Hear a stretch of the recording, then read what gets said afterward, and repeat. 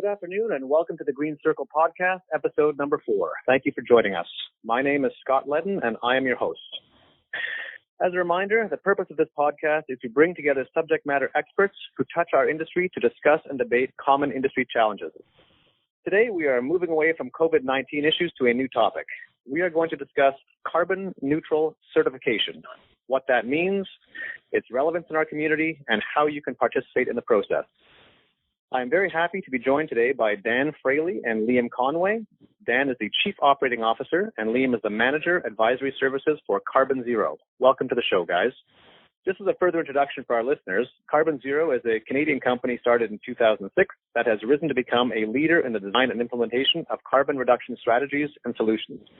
They have been recognized as Canada's most trusted carbon offset provider by the David Suzuki Foundation and the Pembina Institute. These guys are experts in helping organizations, governments, individuals, and NGOs measure, manage, and mitigate their climate impact. With that behind us, are you guys ready to get started? Yeah, let's do it. Let's do it. Perfect. Dan, I'll start with you. And I think we should start at the beginning. What exactly does certified carbon neutral mean? Good question. Well, carbon neutral or carbon neutrality is essentially the term used to describe the efforts of organizations, businesses, and individuals taking action to remove as much carbon dioxide from the atmosphere as they put into it. The overall goal of carbon neutrality is to work to achieve a net zero carbon footprint. For unavoidable emissions or emissions that cannot be readily reduced or avoided, that is where carbon offsets play a role. I see. So we hear a lot about, the carbon dioxide in the atmosphere. There's measurements out there. It's certainly always talked about in terms of the global warming. So this is obviously extremely important. But you mentioned something there that most people probably won't understand. And what exactly are carbon offsets? Well, carbon offsets are essentially a financial mechanism for change. They do so by helping to fund greenhouse gas reduction projects that would not have otherwise existed. Carbon offsets are real and verifiable, auditable reductions in greenhouse gas emissions. They're generated by one entity through undertaking an emissions reduction, avoidance, or sequestration project, such as building retrofits, reducing the use of fossil fuels, or even tree planting. The audited reductions are then traded or sold to another entity with an emissions producing activity that they want to mitigate, like the operation of a transport fleet or the construction of a building. In simplest terms, carbon offsets finance the creation of greenhouse gas reduction projects that would not have otherwise existed, through a form somewhat similar to crowdfunding. In voluntary markets, the buyer is you when your favorite business is trying to make a change. In a compliance or cap and trade market, the buyers are the large final emitters, like manufacturers or energy producers. Wow.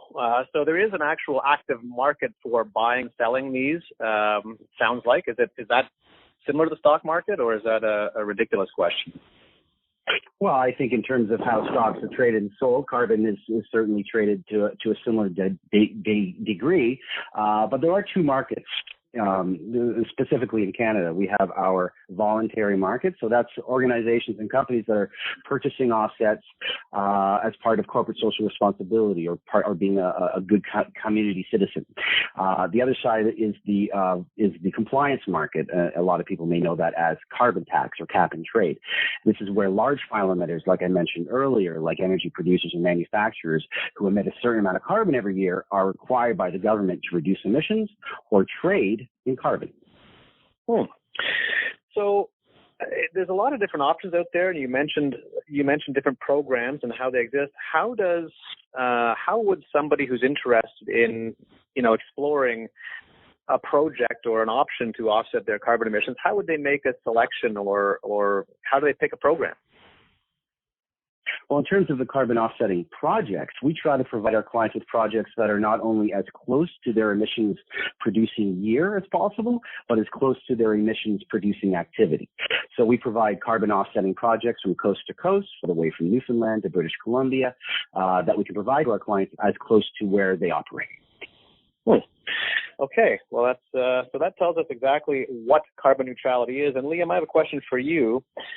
How does an organization become carbon neutral? So, I suspect like anything, there's probably 1,000 permutations and combinations, and it's different for every industry. But in general terms, what is involved in the process? Yeah, so we tend to follow the mantra of measure, manage, and mitigate. So when it comes to what we refer to as a corporate greenhouse gas inventory, the first thing that we have to do is measure it. So regardless of what industry you're in, a typical starting place for a corporate inventory is to measure your Scope 1 and Scope 2 greenhouse gas emissions. And really that's just a fancy category or name for direct fuel emissions as well as energy indirect emissions, which is typically electricity or purchased steam. So in a lot of ways, corporate greenhouse gas inventories start out with your facility.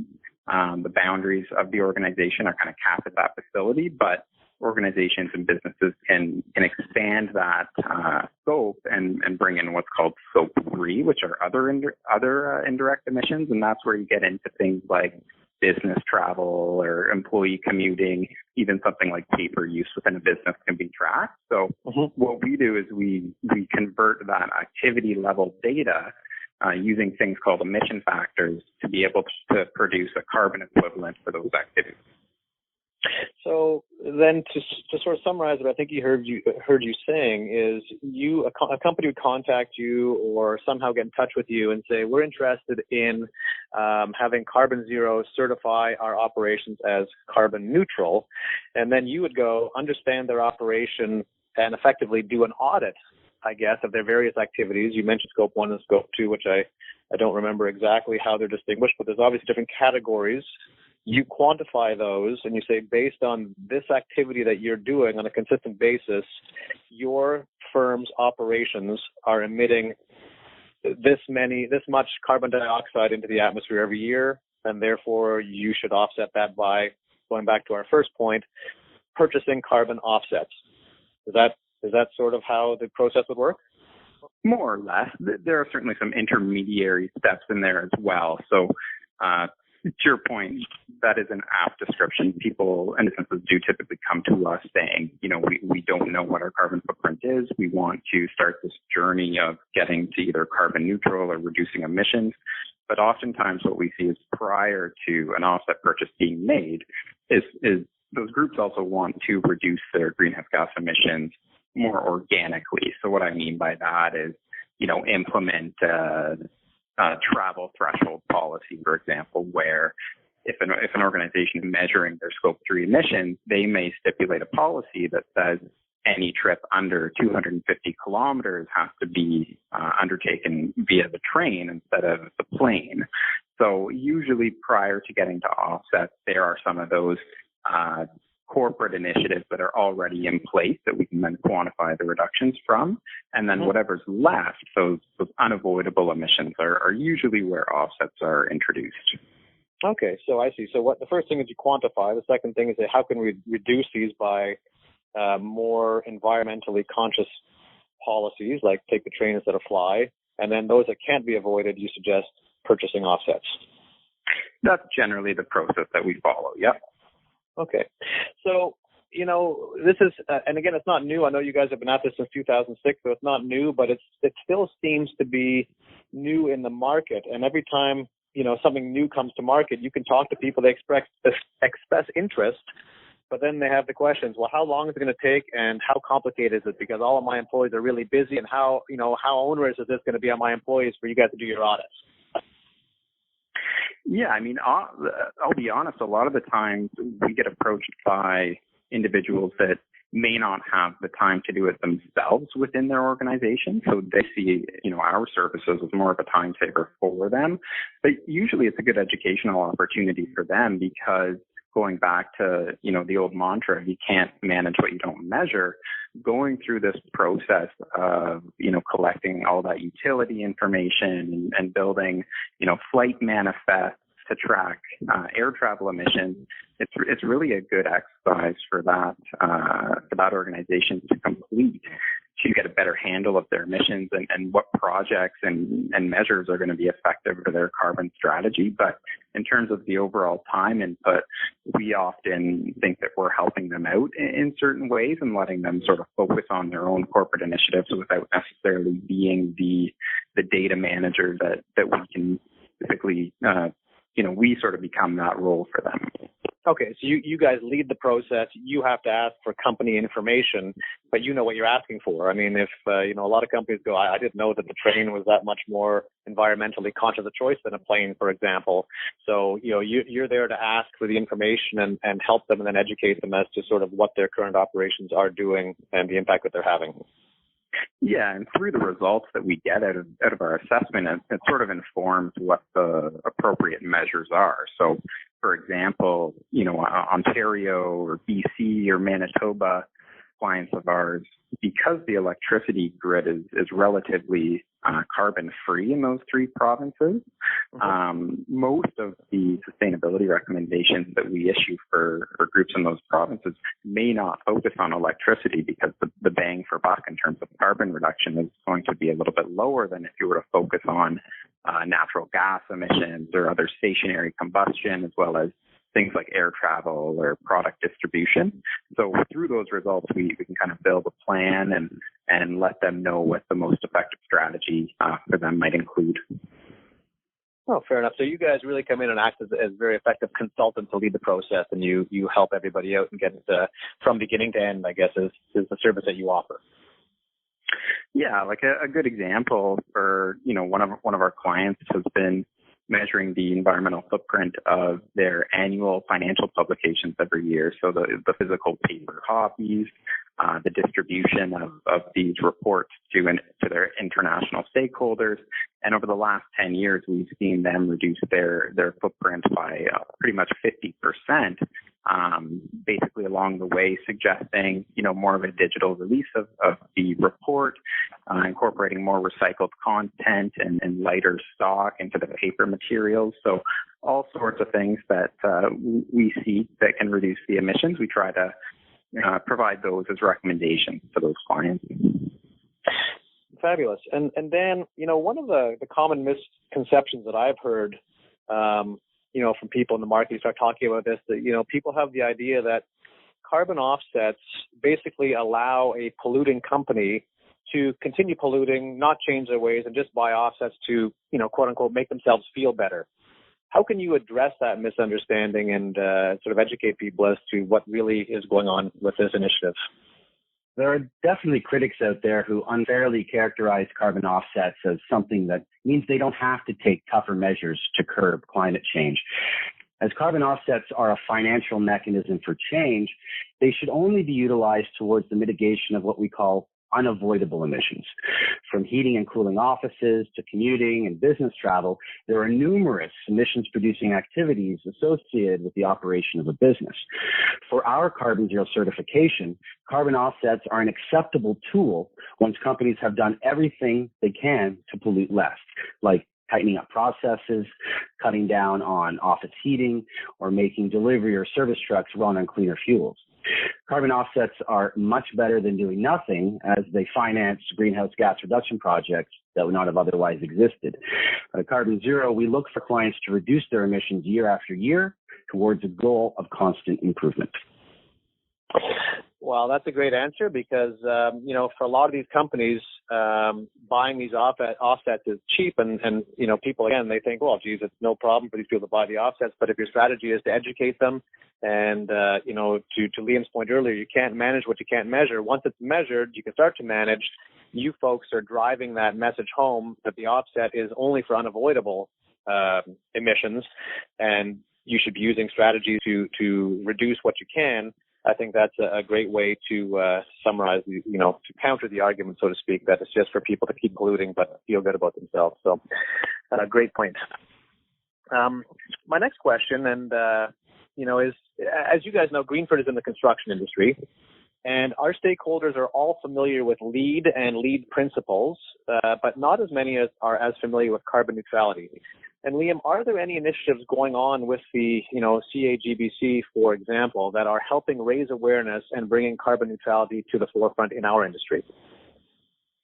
Yeah, there are. Just in, I think it was February or March of this year in 2020, the CAGBC came out with a second version of the zero carbon building standard.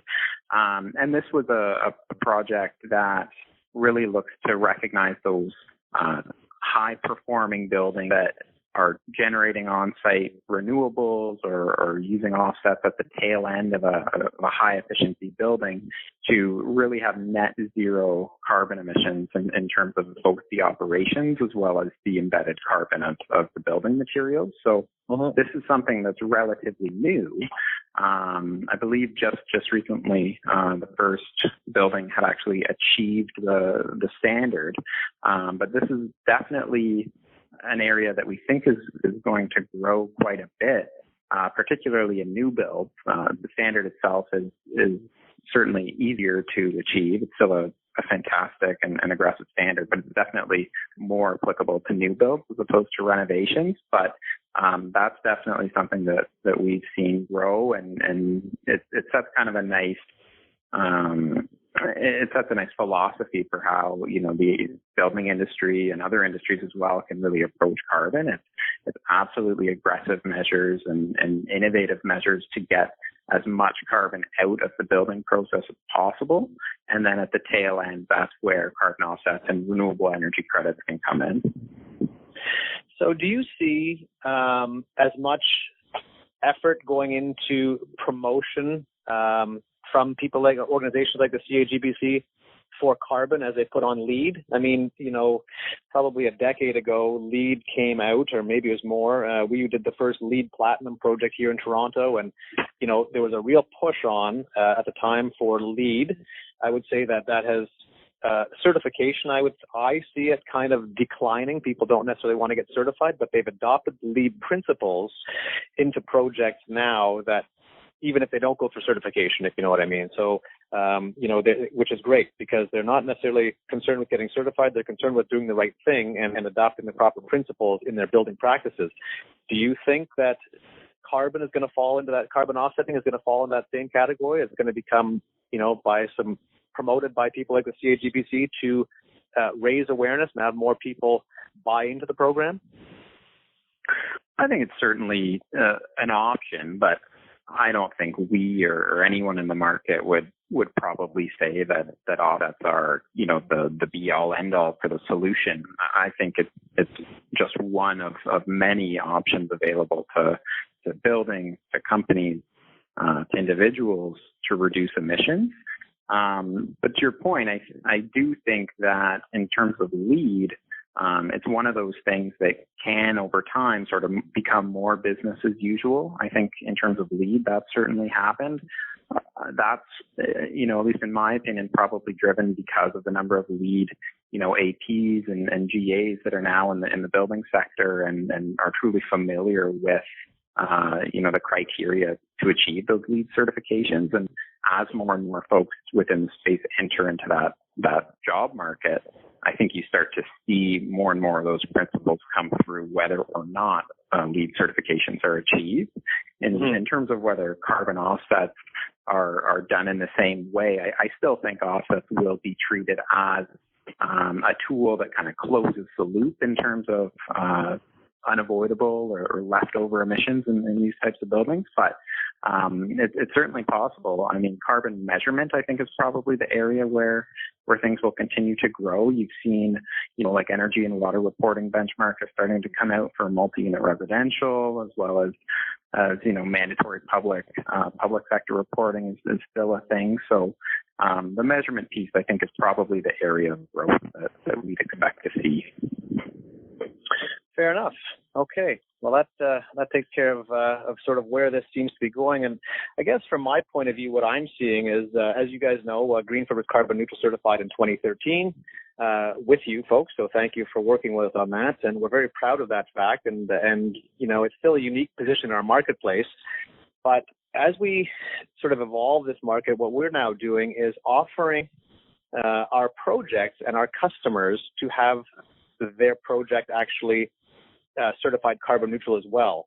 And when we talk to our customers, there has been interest in this process, but I think I think the stumbling block is that they don't really understand how that process would work. So Dan and Liam, if you could take maybe a few minutes and describe how you would proceed to certify carbon neutrality for a commercial interiors project.